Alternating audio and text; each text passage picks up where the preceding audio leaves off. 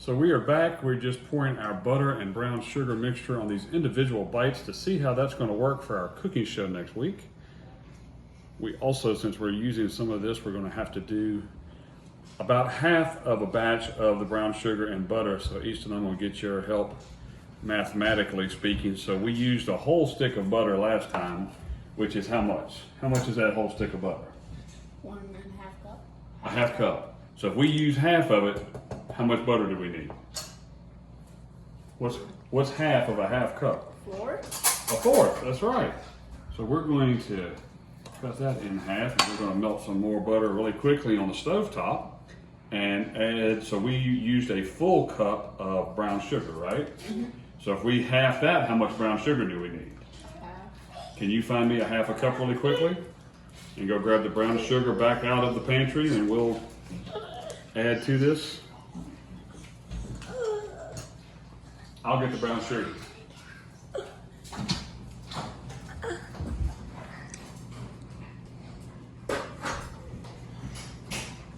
is it? We need a half cup. I think you found it earlier. Bless you. It's one of my other children, part of the studio audience for our Say hello. special home edition Hello. Cooks of the Brooks today. Say hello, Nolly. Hello. And special shout out and thanks to Kim for recording our practice session today. So we've got a half a cup. Let me put this back on the stove. So let that little bit of butter melt. And then basically, as you can see, this is what the filled bundt pan is going to look like with all the individual cinnamon sugar wrapped biscuit pieces. And then we're going to pour that melted butter and brown sugar mixture over it and put it in that preheated 350 degree oven for about 15 to 20 minutes, just to kind of let the biscuits cook and harden up a little bit. Then we'll let it cool off and we'll come back and let you see what the finished product looks like as we test it. So that butter is almost done. A little bit longer. Then we'll mix in this other bit of brown sugar and then we'll pour it on top of our mixture. We'll be good to go. Now you may see some recipes online that you can make savory monkey bread type things. So instead of the cinnamon sugar mixture on the biscuits, you can do Italian seasoning. I've seen them add chunks of cheese and slices of pepperoni to make almost like a pull-apart pizza bread. So there's all sorts of variations of this same recipe. But since our special episode today is focusing on breakfast, we decided to do a cinnamon sugar monkey bread, which is pretty much what we do in our house all the time. It's usually a special trip to Grand's house when all the kids get to help and have some monkey bread. A little bit more to melt that last little bit of butter. Almost home. Really close. Really close.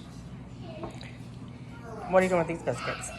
So these biscuits on the side are going to be cooked as regular biscuits because you want to leave about an inch or two gap between the end of where your biscuits stop and the edge of the pan. You don't want to overfill it because it will rise up out of the pan. So you want to be careful about that. So that's why we use the excess biscuits just as actual biscuits. Great question. But they could be painted They could be painted with the same stuff. with the cinnamon sugar. Yeah, so like a cinnamon sugar bowberry. Okay, well, we don't have any more cinnamon sugar right now because you want me to use the little molasses-y type thing. Okay. Maybe. Let's see. Let me get this stirred up. Will you look in that middle drawer right there and grab me the blue brush out? Maybe we'll the drawer, the little blue brush, the drawer, not the cabinet, the drawer. Yep, we'll try Miss Kim's recommendation of brushing a little bit of butter and brown sugar on the top of these. I think this is going to be brilliant. Put Bojangles out of business, baby. We'll see. I mean, that mess is going to caramelize on top, right? It should. I'm just saying. All right. All right, so there's for Miss Kim. Let's get all of this stir it back in, and we're going to just try to pour it as evenly as possible over our biscuit mixture here. This is probably the one part that you want to have the adults handle for this recipe, but everything else is very kid friendly. As you saw, you can get some kitchen scissors to cut the biscuits with. That makes it a little bit easier, or use the butter knives as Easton did, just to make sure no little fingers get hurt. I'm gonna spread that all around. Gavin, would you like to say hello? Hi. All right. We're gonna get that in the oven, and we'll be back shortly with the finished product. I'll let you see how it is as we taste test it. See you in just a few minutes.